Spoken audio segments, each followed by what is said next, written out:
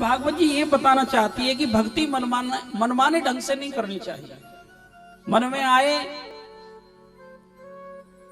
व्रत कर लिए, मन में आए अच्छी बात है व्रत करें, लेकिन गुरु के सानिध्य में रहकर भक्ति को जिया जाता है। भक्ति हमारे जीवन को कैसे सरस बनाती है ये गुरुओं की कृपा से हम जानते हैं। तो इसलिए मनमानी ढंग से कोई आचरण नहीं करना चाहिए। जो राधा कृष्ण की भक्ति प्राप्त करना चाहते हैं उनको विधिवत तरीके से किसी गुरुदेव के चरणों में बैठकर प्रार्थना करके उनसे दीक्षा लेनी चाहिए, हरि नाम की माला लेनी चाहिए और निश्चय करना चाहिए आगे से अपना जीवन हम गुरुदेव की कृपा से भगवान के भजन में लगाएंगे। देखो, गुरु कभी ये नहीं कहते कि आप हमारे आश्रम में चक्कर लगाते हो ना, कहते हैं कि बेटा घर में रहकर इस घर को हमारा ही समझना, राधा गोविंद का ही समझना और वहां खूब भजन करना। ये जो नन्हे मुन्ने गोपाल घर में है ना, ये भगवान का ही स्वरूप समझना इनको। जो भी तुम्हें सेवा मिली है, जिस जैसी स्थिति में आपको पैदा किया है भगवान ने, चाहे गरीबी में है चाहे अमीरी में, कभी भगवान से शिकायत ना करे। बस यही कहता रहे, हे ठाकुर जी मुझे मानव बना दिया, तुमने इतनी कम उपकार किया है।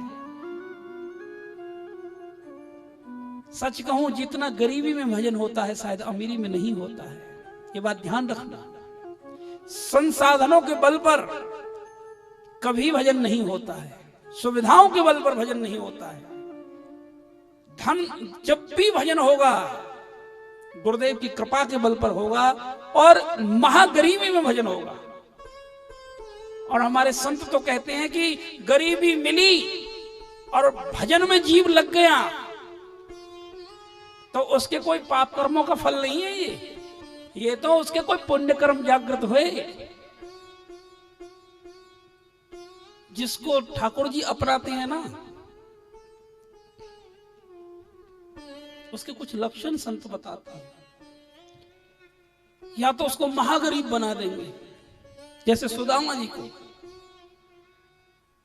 खाने दाने दाने के लिए मोहताज हो जाएगा, या कोई ऐसा असाध्य रोग लगा देंगे, या कोई इतना उसका अपमानित करवा देंगे उसको। जब ठाकुर जी अपनाते हैं सब उसको अपमानित घृणा की दृष्टि से देखने लगते हैं, तो उसका जगत से पिंड अपने आप छूट जाता है। अब कहता है, ठाकुर बड़ी कृपा करी, जिसको मैं अपने बल से नहीं छोड़ पा रहा था, आपने बड़ी कृपा करी, मुझे अपने चरणों में अपना लिया। तो सज्जनों, ये कथा की कृपा होती है। तो परम कल्याण का मार्ग क्या है? अपने जीवन को भक्ति में बनाना। और भक्ति कहां से मिलती है? संतों में बैठना। और संतों की कृपा क्या है? हरि नाम की माला भजना।